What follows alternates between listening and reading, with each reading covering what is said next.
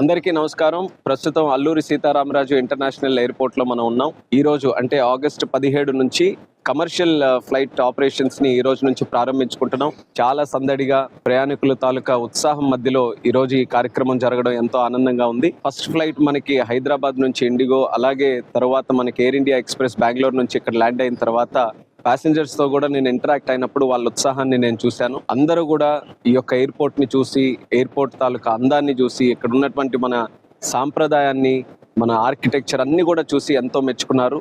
So ఎంతో గర్వంగా ఉంది ప్రతి ఒక్కరికి కూడా.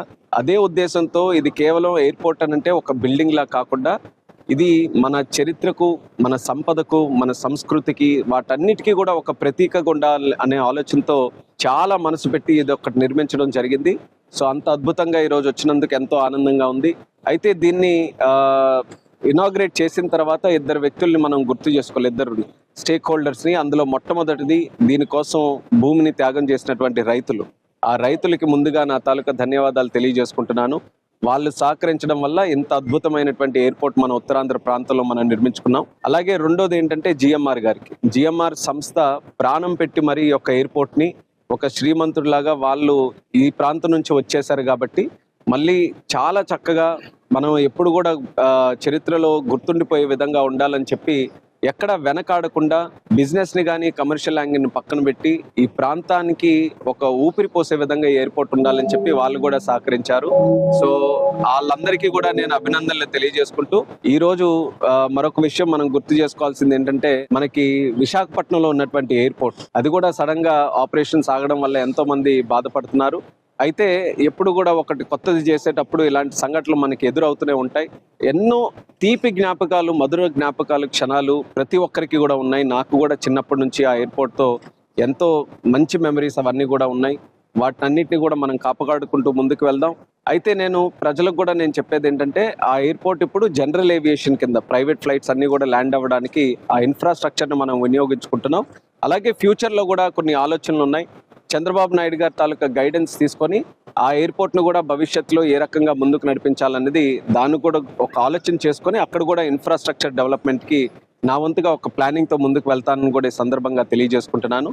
అలాగే దీనికి సంబంధించి కనెక్టివిటీ అన్నిసార్లు కూడా మనం చర్చిస్తూ ఉన్నాం, దీనికి కనెక్టివిటీ ఎలా అని.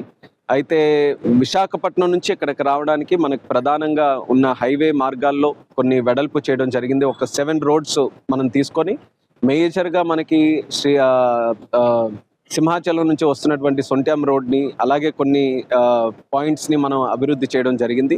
వాటితో పాటు బీచ్ కారిడార్ను కూడా మనం శాంక్షన్ చేసుకున్నాం. అతి త్వరలో ఆ పనులు కూడా మొదలుపెట్టి అది కానీ మనకైతే బీచ్ మార్గంలోనే మనం విశాఖపట్నం నుంచి ఎయిర్పోర్ట్ వరకు వచ్చే అవకాశం ఉంటుంది. సో ఇలా డిఫరెంట్ కనెక్టివిటీ పాయింట్స్ను కూడా అభివృద్ధి చేసుకుంటూ ముందుకు వెళ్తున్నాం. కొన్ని రోజులు అలవాటు అయినంత వరకు కూడా కొంత ఇబ్బంది ఉండొచ్చు, కానీ ప్రతి ఒక్కరిలో కూడా ఇక్కడికి విచ్చేసిన తర్వాత ఈ అద్భుతమైన ఎయిర్పోర్ట్ చూసిన తర్వాత ఎంతో గర్వంగా ప్రతి ఒక్కరు కూడా ఫీల్ అవుతున్నారు. అది చాలా ఆనందంగా ఉంది. ఉత్తరాంధ్ర గతంలో ఎప్పుడు కూడా మనం మాట్లాడుకుంటే ఇది వెనకబడినటువంటి ప్రాంతంగా చిత్రీకరించేవారు. కానీ ఈరోజు ఉత్తరాంధ్రలో ఎవరు అడుగు పెట్టినా మొట్టమొదటిగా భోగాపురం ఎయిర్పోర్ట్ వచ్చిన తర్వాత ప్రపంచం మొత్తం ఎక్కడే ఉందేమో అన్నటువంటి ఆలోచన వాళ్ళకి కలుగుతుంది. ఆ రకంగా పెట్టుబడులు రావడానికి అన్ని విధాలుగా కూడా ఈరోజు ఉత్తరాంధ్రకి ఒక కొత్త ప్రాణం పోసే విధంగా, ఒక కొత్త అధ్యాయం మొదలయ్యే విధంగా ఈ రోజుతో ఈ యొక్క కార్యక్రమం మొదలైంది. దీనికి మన ప్రధానమంత్రి నరేంద్ర మోదీ గారికి, అలాగే మన ముఖ్యమంత్రి వర్యులు చంద్రబాబు నాయుడు గారికి, ఉప ముఖ్యమంత్రి గారు పవన్ కళ్యాణ్ గారికి, అలాగే సోదరులు యువ నాయకులు నారా లోకేష్ అన్న గారికి అందరికీ కూడా నా ధన్యవాదాలు తెలియజేసుకుంటూ ఉత్తరాంధ్ర ప్రజలకి మరొక్కసారి నా శుభాకాంక్షలు తెలియజేసుకుంటున్నాను. భోగాపురం ఎయిర్పోర్ట్ మీ అందరి కోసం ఈ రోజు ప్రారంభమైంది, మీ అందరి కోసం వేచి చూస్తుంది. అందరూ కూడా ఆనందంగా ఇక్కడి నుంచి ప్రయాణించండి అని తెలియజేసుకుంటూ సెలవు తీసుకుంటున్నాను.